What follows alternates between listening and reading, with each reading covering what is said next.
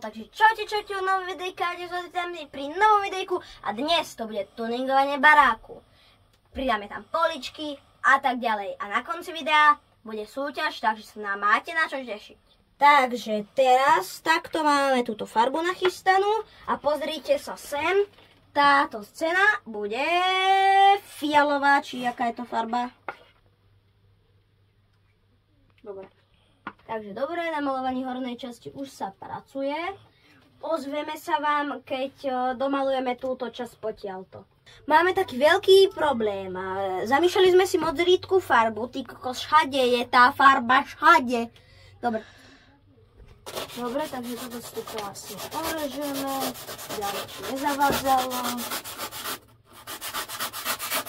ASMR s Marekom, taký ASMR.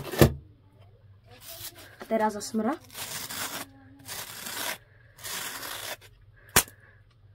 Mne moc ASMR asi nepôjde. Táto časť, počkaj, zavriem. Kondičku. Dobre, 3, 4. Dobre, takže táto časť môže byť. A ideme na túto časť. Najprv si vymalujeme toto drevo a to je neskutočne, pozerajte, satisfying úplne na jeden raz. Len tu hore zrovna nie, lebo mám...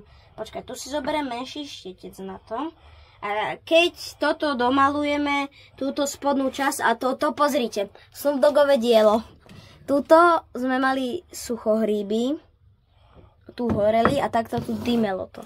A tuto je samozrejme, pozrite, otváracia klapka, nebojte sa, nerobili sme to v uzavretých priestoroch, takže samozrejme, pozrite, tuto hore je strecha. Takže nebojte sa a my sa vám ozveme, keď vymalujeme toto Snoop Doggové dielo a toto. Dobre, spravili sme toho trošku dosť. Tuto je to celé zamalované, toto celé zamalované a tuto tiež je to zamalované, ale tuto to ešte není moc zamalované. Takže ozveme sa vám, keď zamalujeme túto časť.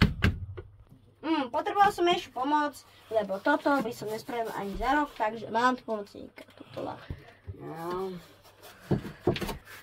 Maroš, vieš o to, že sa tam tá ruža vôbec nehodí, ale lebo... prečo? A však to vypadá dobre, možno. Tomáš! Čo si spravil? Celá húbka bude špinavá!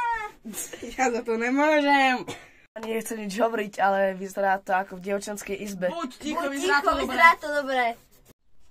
No, takže, aj keď sa tu pokazilo všetko, je to tu mokré, ja som celý špinavý, pozrite sa na mňa zozadu, fajno ma okydali, potom ešte mám fialové vlasy, to je výborné, ale celá miestnosť je fialová a môžete sa... To je ružová.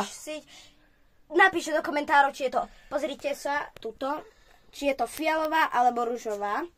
A napíšte to do komentárov a potom ešte tú súťaž. No a takto to dopadne, keď Maroš maluje. To nejde umyť! No, počuli ste to sami. Hlási sa Maroš strihač a prepáčte, ale ja som to stratil. Áno, stratil som ten náhrdeník, takže súťaž nebude, ale určite v nejakom ďalšom videjku nejakú súťaž vymyslím.